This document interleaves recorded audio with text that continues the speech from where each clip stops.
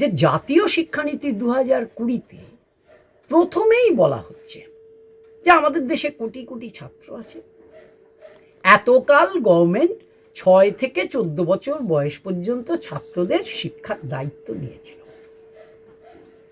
বর্তমান সরকার বললেন যে না, এখন প্রাথমিক স্তর থেকেই আমরা দায়িত্ব নেব। খুব ভালো।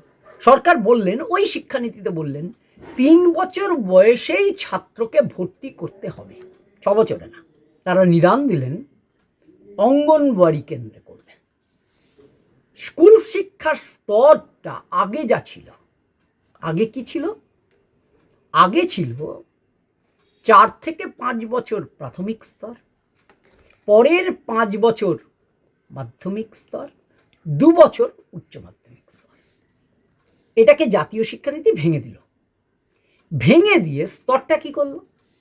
বলল 5 + 3 + 3 + 2, অর্থাৎ শিক্ষার এই যে শিশু শিক্ষা থেকে আর উচ্চ মাধ্যমিক স্তর পর্যন্ত যেটা 12 বছর ছিল, সেটাকে তারা 5 + 3 + 3 + 2 করে কি দাঁড়ালো? 5 3 8, 8 3 11, 2 13, 13 বছরে নিয়ে গেল। খুব ভালো কথা। এই যে নিয়ে যাওয়া হলো, আমরা বললাম যে অঙ্গনওয়াড়ি কেন্দ্রে যে ছাত্ররা ভর্তি হবে তারা কি শিখবে? জাতীয় শিক্ষানীতি পরিষ্কার করে দেখালো, এটাকে বললো ভিত্তি স্তর। এই ভিত্তি স্তরে অঙ্গনওয়াড়ি কেন্দ্রগুলোকে প্রাথমিক স্তরে শিশুদের বিকাশের জন্য আধুনিক বিজ্ঞানসম্মত এবং প্লেওয়েইং এডুকেশনের সমস্ত সরঞ্জাম এবং সমস্ত পরিপূর্ণ জ্ঞান ভাণ্ডার সহযোগে তৈরি করা হবে। আমরা তখন জিজ্ঞেস করলাম, ক বছর নেবেন? বলল উইদিন 5 ইয়ার্স, 5 বছরের মধ্যে। জাতীয় শিক্ষানীতিতে বলা আছে, 2020-তে বলা আছে অঙ্গনওয়াড়ি কেন্দ্রগুলো শিশু শিক্ষার একবারে সম্পূর্ণ বৈজ্ঞানিক স্তর পর্যন্ত তৈরি করে দেওয়া। আমরা খুব আশান্বিত হলাম। আজকে তো 5 বছর পেরিয়ে গেছে, কি দেখছি? প্রথম প্রশ্ন হচ্ছে, অঙ্গনওয়াড়িতে কারা কাজ করেন, কারা শেখান? অঙ্গনওয়াড়ি কর্মী, সহায়িকা, তাদের যোগ্যতা কি? তাদের যোগ্যতা হচ্ছে 8ম শ্রেণী উত্তীর্ণ 40 মহিলা। ভাবুন, দেশের কোটি কোটি সন্তানদের, শিশুদের শিক্ষার দায়িত্ব কাদের দেওয়া হচ্ছে? 8ম শ্রেণী উত্তীর্ণ 40 মহিলাদের দেওয়া হচ্ছে। এরা কি আদৌ শিশু শিক্ষার উপযুক্ত শিক্ষা দেওয়ার মতো অবস্থায় আছে? তখন বলল যে না, এদের ট্রেনিং দিয়ে আমরা তৈরি করব। এটা কি এত সহজ কাজ? এই স্তরের মহিলাদের ট্রেনিং দিয়ে শিশু শিক্ষার উপযুক্ত শিক্ষক শিক্ষিকা বানিয়ে দেওয়া যাবে? তাছাড়া অঙ্গনওয়াড়ি কি করে? অঙ্গনওয়াড়ি কেন্দ্রের মূল উদ্দেশ্য হচ্ছে শিশু এবং মায়েদের পুষ্টি ও স্বাস্থ্যের বিষয়টি দেখা।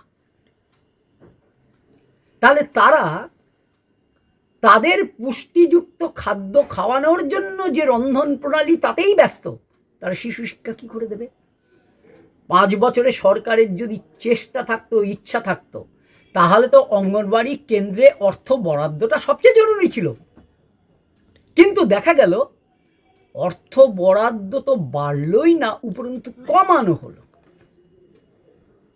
আর কোটি কোটি ছাত্রকে অঙ্গনওয়াড়ি কেন্দ্রে দিয়ে দেওয়া হলো। জাতীয় শিক্ষানীতির প্রথম পরিচ্ছেদে 1.2 ধারাতে এই সংক্রান্ত সমস্ত বিষয়টা লেখা আছে।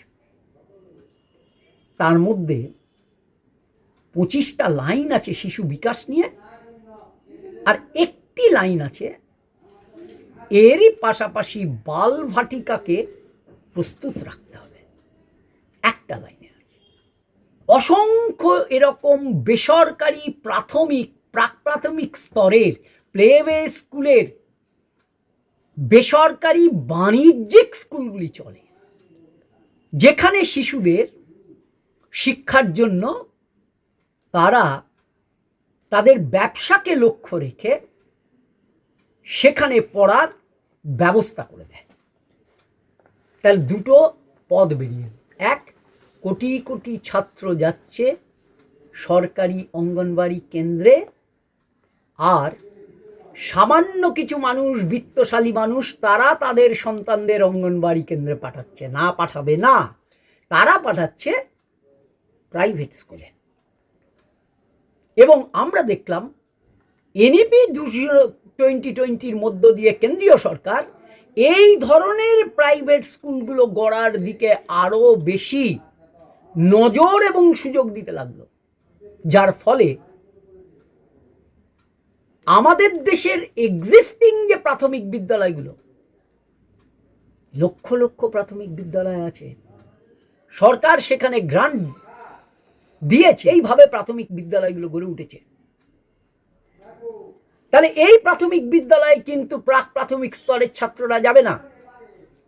এবার ওই 5-এর মধ্যে 3 বছর তারা অঙ্গনবাড়ি, আর 2 বছর প্রথম এবং দ্বিতীয় শ্রেণী এই প্রাথমিক স্কুলে যাচ্ছে। অঙ্গনবাড়ির ক্ষেত্রে আমাদের বক্তব্য হচ্ছে যে প্রাক প্রাথমিক শিক্ষা প্রাথমিক স্কুলগুলোর সাথেই যুক্ত হোক, সেখানেই আসুক, উপযুক্ত শিক্ষক, উপযুক্ত প্রশিক্ষণপ্রাপ্ত শিশুদের তৈরি করে দেওয়ার মতো শিক্ষক উপযুক্ত সংখ্যায় সেখানে দেওয়া হোক, পরিকাঠামো তৈরি করা হোক, তবেই আমাদের শিশুদের মঙ্গল হবে। অঙ্গনবাড়ি কেন্দ্রের মধ্য দিয়ে শিশু শিক্ষা কখনোই হতে পারে না, হওয়া সম্ভবই নয়।